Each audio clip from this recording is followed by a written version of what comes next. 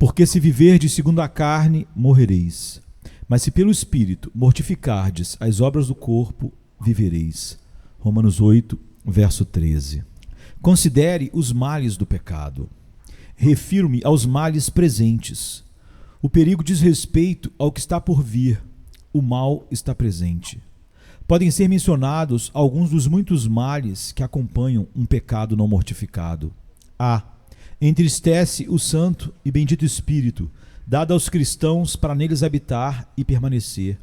Assim o apóstolo, em Efésios 4, 25 a 29, diz: para dissuadir aos cristãos de muitas concupiscências e pecados, oferece Paulo a seguinte motivação: não entristeçam o Espírito Santo de Deus, com o qual vocês foram selados para o dia da redenção. Verso 30. Não entristeçam o Espírito de Deus, diz ele, por meio de quem vocês recebem tantos e tão grandes benefícios, dos quais ele cita como exemplo um que é notável e excelente, o selo para o dia da redenção. O Espírito se entristece por isso, assim como um amigo terno e amoroso é entristecido pela maldade que recebeu do amigo da parte de quem só esperava o bem. Assim acontece com esse Espírito terno e amoroso, que escolheu nosso coração para habitar e ali fazer em nosso favor tudo quanto nossa alma deseja e precisa. É entristecido quando abrigamos no coração com ele seus inimigos e aqueles que ele terá de destruir. Ele não deseja nos afligir nem entristecer, diz Lamentações 3:33. Mas será que o entristecemos diariamente? Por isso, às vezes, se diz que o espírito fica magoado ou entristecido de coração, para expressar o significado maior de nossa provocação. Caso ainda exista na alma algum resquício de sinceridade cheia de graça, se não estiver totalmente endurecida pelo engano do pecado, essa consideração, sem dúvida, a afetará. Pensem em quem e no que você é, em quem é o espírito que está entristecido, o que ele fez por você, por que ele vem até a sua alma, o que já operou em você, e sinta-se envergonhado. Para os que andam com Deus, não existe maior motivação e incentivo à santidade e à preservação do coração e do espírito em toda a pureza do que este, que o bendito Espírito, comprometido a habitar neles como templos de Deus que são, e a conservá-los dignos da pessoa que neles habita, continuamente observa o que eles acolhem no coração e se regozija quando seu templo é conservado livre de contaminação.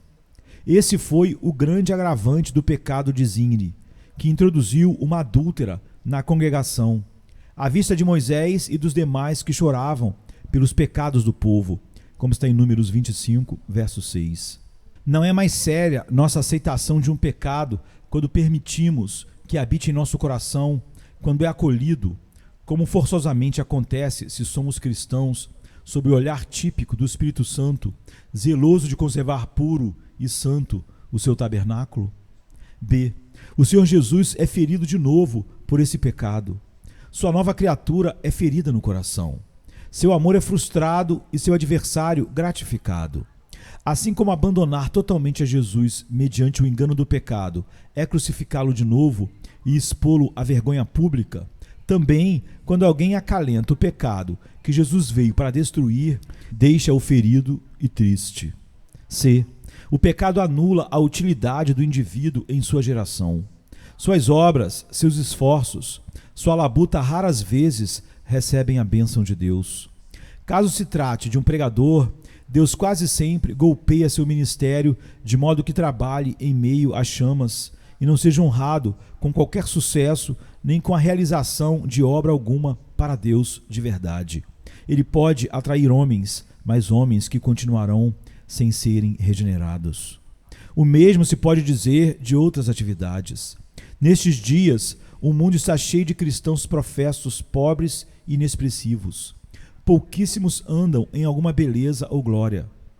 Quantos são estéreis e inúteis em boa parte do que fazem? Das inúmeras razões atribuídas a esse triste estado, receamos com justiça que uma das mais importantes seja o fato de muitos acalentarem no íntimo concupiscências que lhes devoram o espírito.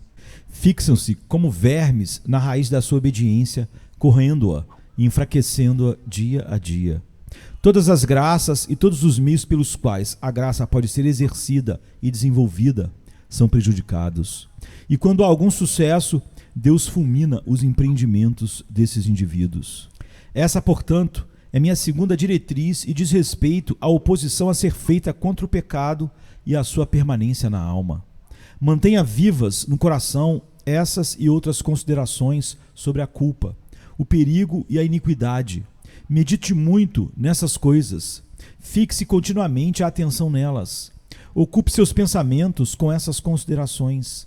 Não se desligue nem se desvie delas, até que comecem a influenciar poderosamente a alma e a faça estremecer. Deixe a consciência sentir o peso da culpa desse mal, não somente se considerando culpada, mas também sentindo o peso dos efeitos e dos reais distúrbios provocados por essa indisposição moral. Para o desenvolvimento correto dessa regra, oferecerei algumas diretrizes específicas. 1. Adote o método de Deus na questão e comece com as proposições gerais para em seguida observar as particulares. A. Faça a sua consciência sentir a culpa que nela se encontra à luz da retidão e da santidade da lei. Traga a santa lei de Deus para dentro da consciência. Ponha a sua corrupção diante dessa lei. Ore para que sua consciência seja tocada por ela. Considere a santidade, a espiritualidade, a ardente severidade, a interioridade e a qualidade absoluta da lei. Pense em como é possível ficar diante dela. Ocupe a consciência com o temor do Senhor por meio da lei, em como é justo cada transgressão receber a merecida recompensa. Talvez sua consciência invente disfarces e evasivas para não sentir o poder dessa consideração, tais como: o poder condenatório da lei nada tem a ver com você, pois já está liberto, e assim por diante. Embora não se sinta confortável com ela, não precisa se preocupar muito. Diga à sua consciência que ela não conseguirá qualquer evidência de estar livre do poder condenatório da lei. Enquanto sua concupiscência não for mortificada, continuar ocupando seu coração, fazendo com que a lei justifique a petição contra você para obter pleno domínio da sua vida, será uma criatura perdida. Portanto, é melhor ponderar ao máximo o que a lei tem a dizer. Com toda certeza, aquele que alega de todo o coração estar liberto do poder condenatório da lei, mas que secretamente concede permissão, ainda que mínima, a qualquer pecado ou concupiscência, não é capaz de comprovar sua firmeza espiritual, nem de demonstrar de fato e de modo apropriado estar liberto daquilo que tanto afirma estar livre. Além disso, seja qual for a questão em pauta, a lei é comissionada por Deus para apanhar transgressores onde quer que os ache. Leva-os perante o trono divino, onde terão de se defender. Essa é a sua situação agora. A lei o desmascarou e o levará diante de Deus. Se conseguir pleitear o perdão, tudo bem. De outra forma, a lei realizará a sua obra. Entretanto, a obra apropriada da lei é desmascarar a culpa do pecado, despertar e humilhar a alma por causa dele, ser um espelho que reflita exatamente o pecado. Caso você se recuse a lidar com ela nessa base, não será pela fé, mas pela dureza do seu coração e pelo engano do pecado. Essa é uma porta através da qual grande número de cristãos professos sai para a apostasia declarada. Buscando o livramento da lei, não mais consultaram sua orientação e suas diretrizes, nem a aceitaram como medida de seus pecados. Pouco a pouco, esse princípio passou, sem que se sentisse, de mera noção para influência sobre o entendimento prático. Depois de tomar posse ali, deixou a vontade e as disposições da alma liberadas para todas as formas de abominações. Por causa de coisas assim, digo, induza sua consciência a escutar com diligência o que a lei fala em nome do Senhor a respeito do seu pecado e da sua corrupção. Se seus ouvidos estiverem abertos, ela lhe falará com uma voz que o deixará tremendo, que o lançará por terra, deixando-o atônito.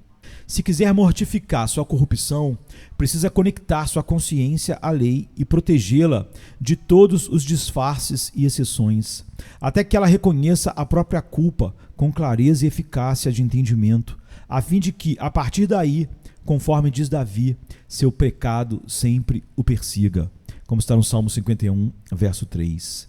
B.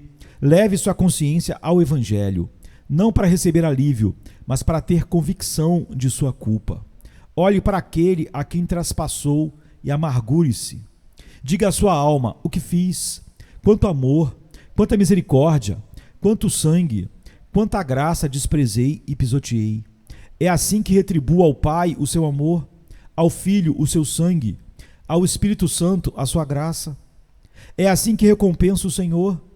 Maculei o coração pelo qual Cristo morreu para lavar, que o bendito Espírito escolheu para habitar. Como posso ficar sem me lançar ao pó? O que direi ao querido Senhor Jesus? Como erguerei a cabeça com confiança diante dele?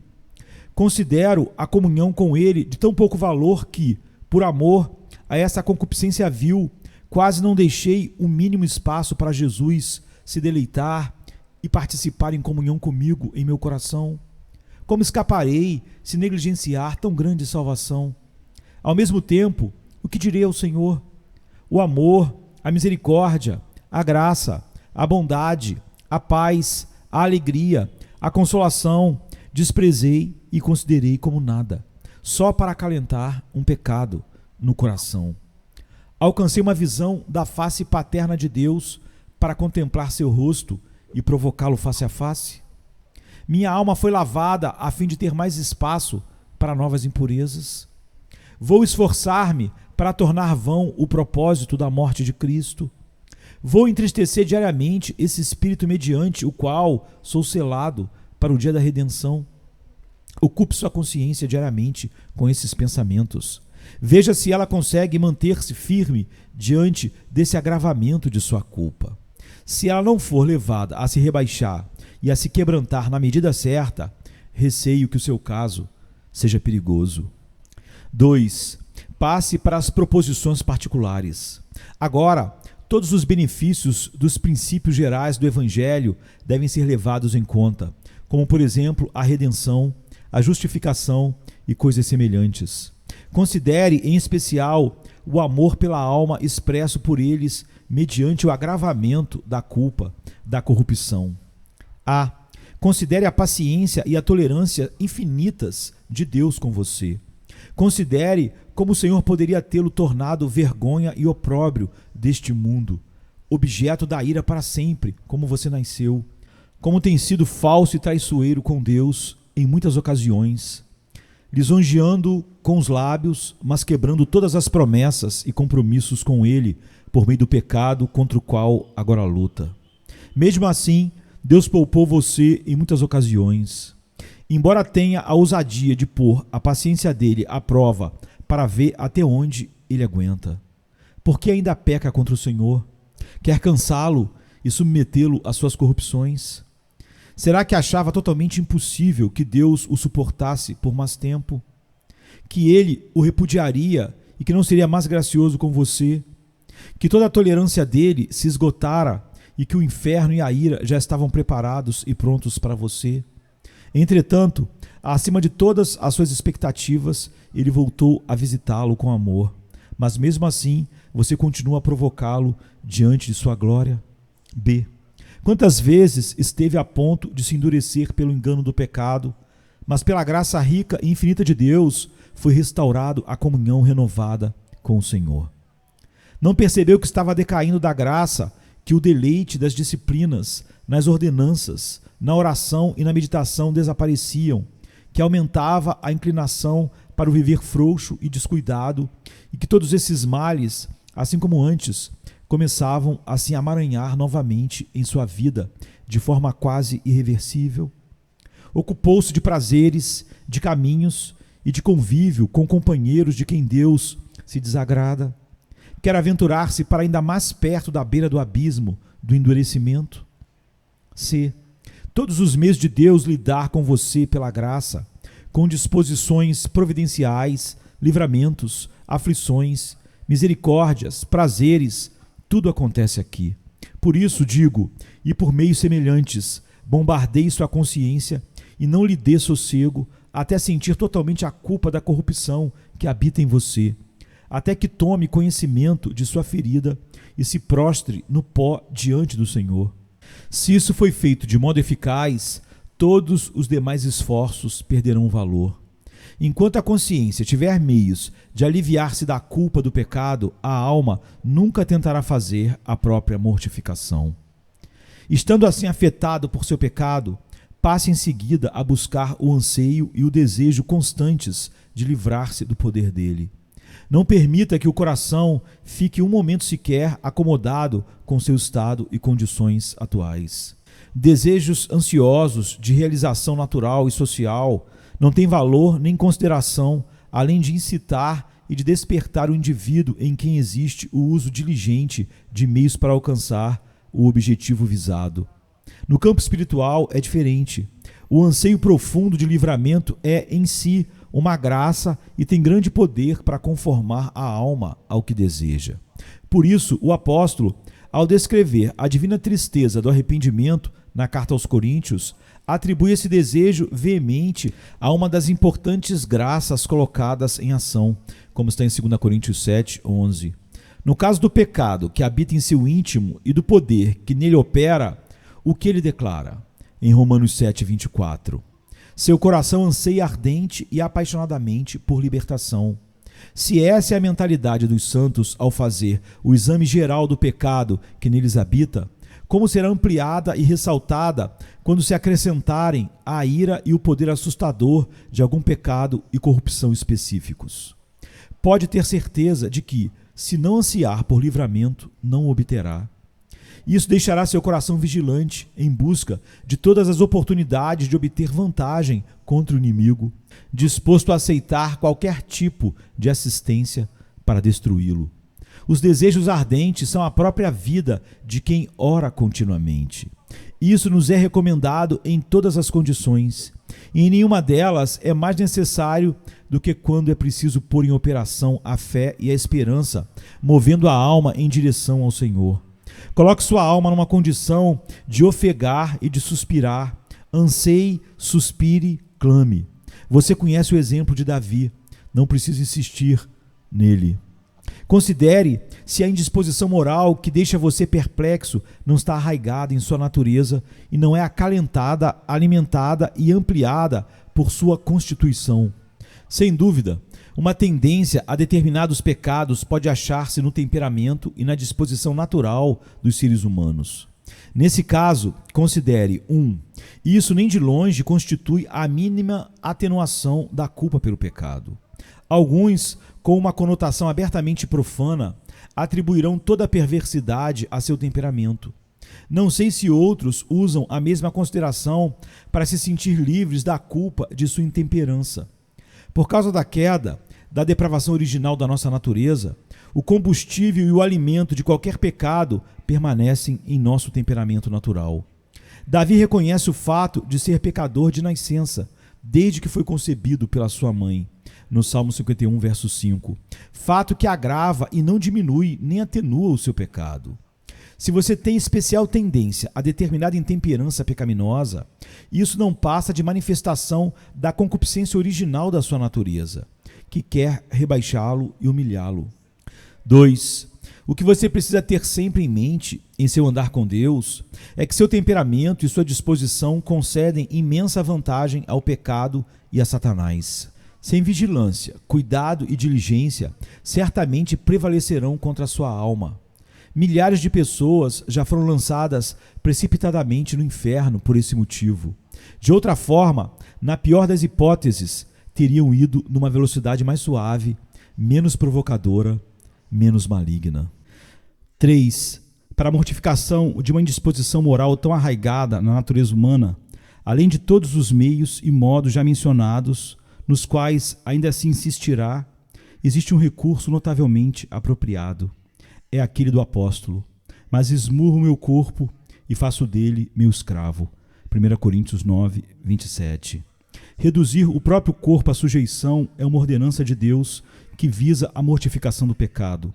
refreia a raiz natural da indisposição moral e a faz murchar ou remover-lhe a riqueza do solo. Verifique as ocasiões e as oportunidades que sua indisposição moral aproveita para exercer domínio e se manifestar. Vigie todas elas. Essa é uma das partes da disciplina que nosso bendito Salvador recomenda a seus discípulos e que chama de vigilância. O que lhes digo, digo a todos: vigiem. Marcos 13, 37. O que em Lucas 21, 34 é expresso: tenham cuidado para não sobrecarregar o coração de vocês.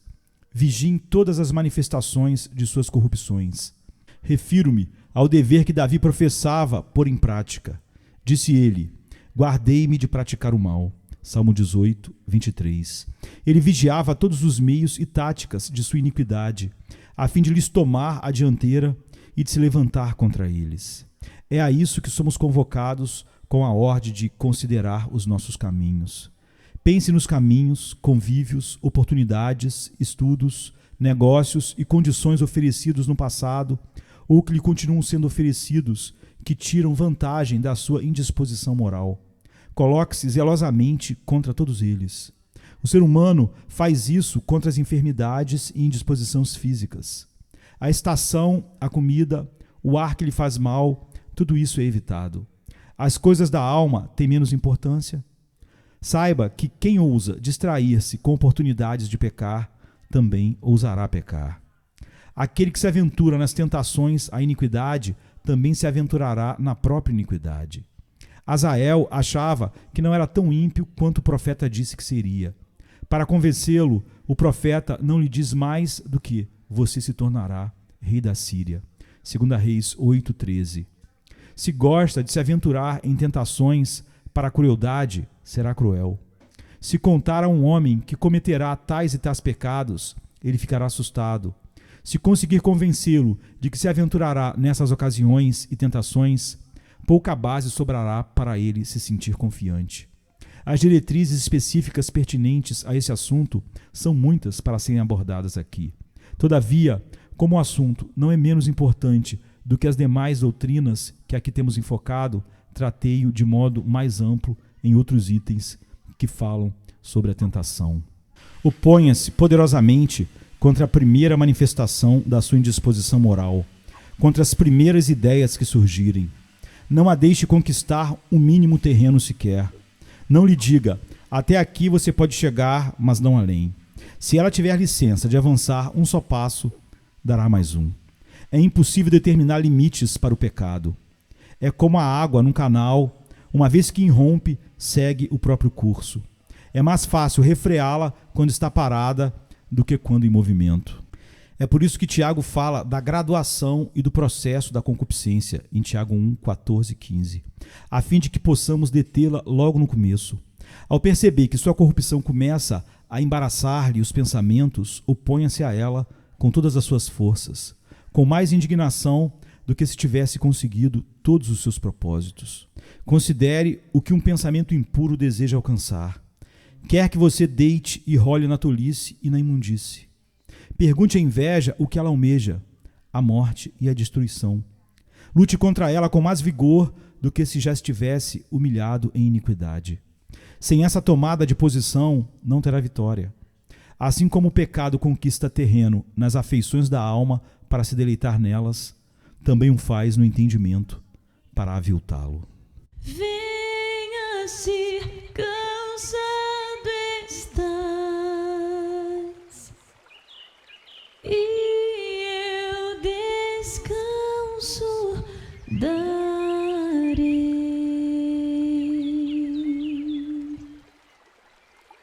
Tu descansarás. Vem a mim se não tens paz, e eu darei paz sem fim. Terás paz sem fim.